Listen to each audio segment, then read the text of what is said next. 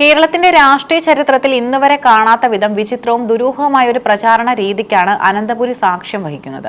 വികസന നായകന്മാരും രാഷ്ട്രീയ തന്ത്രജ്ഞരും നിറഞ്ഞാടുന്ന തിരഞ്ഞെടുപ്പ് ഗോതയിലേക്ക് അപ്രതീക്ഷിതമായി കടന്നുവന്ന ഒരു കൂട്ടം അഘോരി സന്യാസിമാർ കേരളത്തിലെ വോട്ടർമാരെയും രാഷ്ട്രീയ നിരീക്ഷകരെയും ഒരുപോലെ അമ്പരപ്പിച്ചിരിക്കുകയാണ്.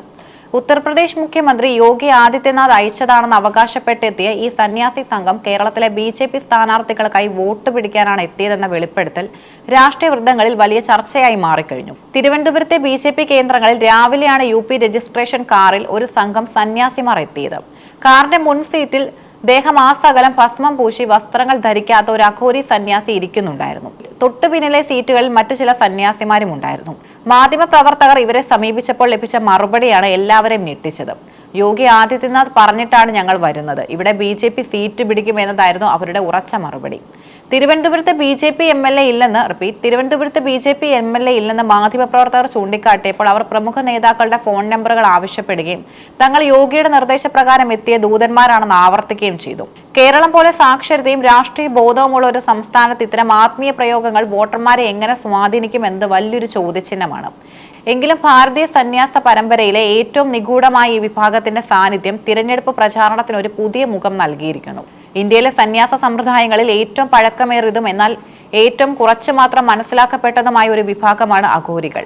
ഏകദേശം 5000 വർഷത്തിലേറെ പഴക്കമുള്ള ഈ ശൈവ സമ്പ്രദായം കാശി, ഹരിദ്വാർ, ഋഷികേശ് തുടങ്ങിയ പുണ്യസങ്കേതങ്ങളിലും ഹിമാലയ സാനുക്കളിലുമാണ് പ്രധാനമായും കേന്ദ്രീകരിച്ചിരിക്കുന്നത്.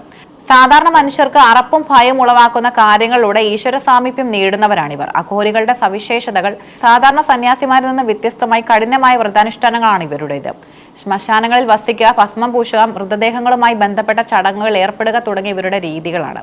ലോകത്തിലെ എല്ലാ വസ്തുക്കളിലും ശിവൻ ഉണ്ടെന്നും അതിനാൽ അശുദ്ധി എന്നൊന്നില്ലെന്നുമാണ് ഇവരുടെ വിശ്വാസം. അഘോരികൾ അപാരമായ മാനസിക ശക്തികൾക്ക് ഉടമകളാണെന്നും പറയപ്പെടുന്നു. സൂര്യകിരണങ്ങളെ ആവാഹിച്ച് അഗ്നി ജ്വലിപ്പിക്കാനും മഞ്ഞുമഴ പെയ്യ്ക്കാനും അന്തരീക്ഷത്തിൽ മാറ്റങ്ങൾ വരുത്താനും ഇവർക്ക് കഴിയുമെന്ന വായ്മൊഴി പ്രചാരണങ്ങളുണ്ട്. ഏകാഗ്രമാക്കിയ മനസ്സിന്റെ ഇച്ഛാശക്തിയും മന്ത്രസിദ്ധിയും ചേരുമ്പോൾ അസാധ്യമായ കാര്യങ്ങൾ ഇവർക്ക് സാധ്യമാണെന്ന് പലരും വിശ്വസിക്കുന്നു. എരിയുന്ന തീയിലൂടെ നടക്കുകയോ തൃശൂലം കൊണ്ട് കുത്തിയും രക്തം വരാതിരിക്കുകയോ ചെയ്യുന്ന വിദ്യകൾ ഇവർക്ക് വശമാണെന്നും കരുതപ്പെടുന്നു. യോഗി ആദിത്യനാഥ് കേരളത്തിലെ അഘോരികളെ അയച്ചത് വെറുമൊരു യാദൃച്ഛികതയല്ല എന്നതാണ് രാഷ്ട്രീയ നിരീക്ഷകർ വിലയിരുത്തുന്നത്. ഇതിനു പിന്നിൽ കൃത്യമായ ചില രാഷ്ട്രീയ ലക്ഷ്യങ്ങൾ ഉണ്ടാകാം. കേരളത്തിലെ ഹിന്ദു വോട്ടർമാർക്കിടയിൽ BJPക്ക് അനുകൂലമായ ഒരു ആത്മീയ തരംഗം സൃഷ്ടിക്കാൻ അഘോരികളുടെ സാന്നിധ്യം സഹായിച്ചേക്കാം. പ്രത്യേകിച്ചും വിശ്വാസപരമായ കാര്യങ്ങളിൽ താല്പര്യമുള്ള വോട്ടർമാരെ ഇത് സ്വാധീനിച്ചേക്കാം.